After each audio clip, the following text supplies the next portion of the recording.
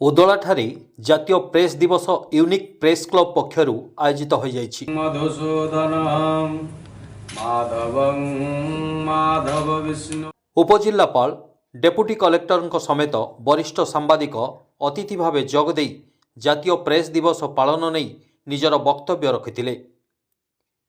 सांबादिकतारे किभली निर्भीकता आपणाई पारिले एवं सत्य खबर परिवेषण उपरे गुरुत्व देवाको उपस्थित अतिथि कहिथिले।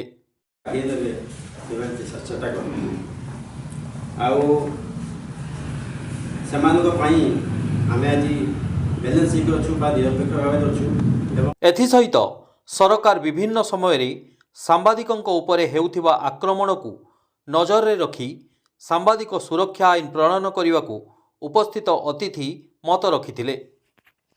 एही अवसर रे दिव्यंगत सांबादिकंक उद्देश्य रे नीरव प्रार्थना कराजिबा सहित सांबादिकता क्षेत्र रे उल्लेखनीय काम पई वरिष्ठ सांबादिक कल्याण सिन्हा को यूनिक प्रेस क्लब पक्षरु सम्मानित करा जायथिला।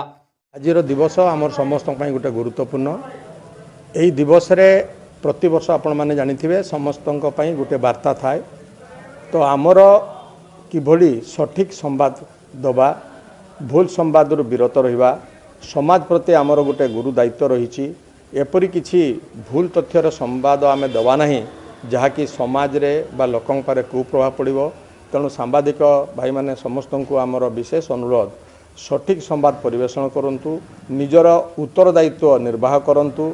आमे किछि गोटे सेमिति तथ्य न थाई कि किछि खबर परिवेषण विरत रहिबा। एवं आउ गोटे होछि आज दिवस रे आमर संकल्प आमर जे जो गणमाध्यम रे सांबादिक हंतु पछे निज भितरे आमर भाईचारा एकता बजाय रहू यह आमर कामना। यूनिक प्रेस क्लब सभापति समेत कार्यरत सांबादिक उपस्थित रहिथिले। आज जातीय प्रेस दिवस उपलक्षे उदलार समस्त सांबादिक बंधु माने एक परिवार भाव में एकत्रित होई प्रेस दिवस पालन सहित वरिष्ठ सांबादिक माननकु संबर्धना प्रदान करथिले।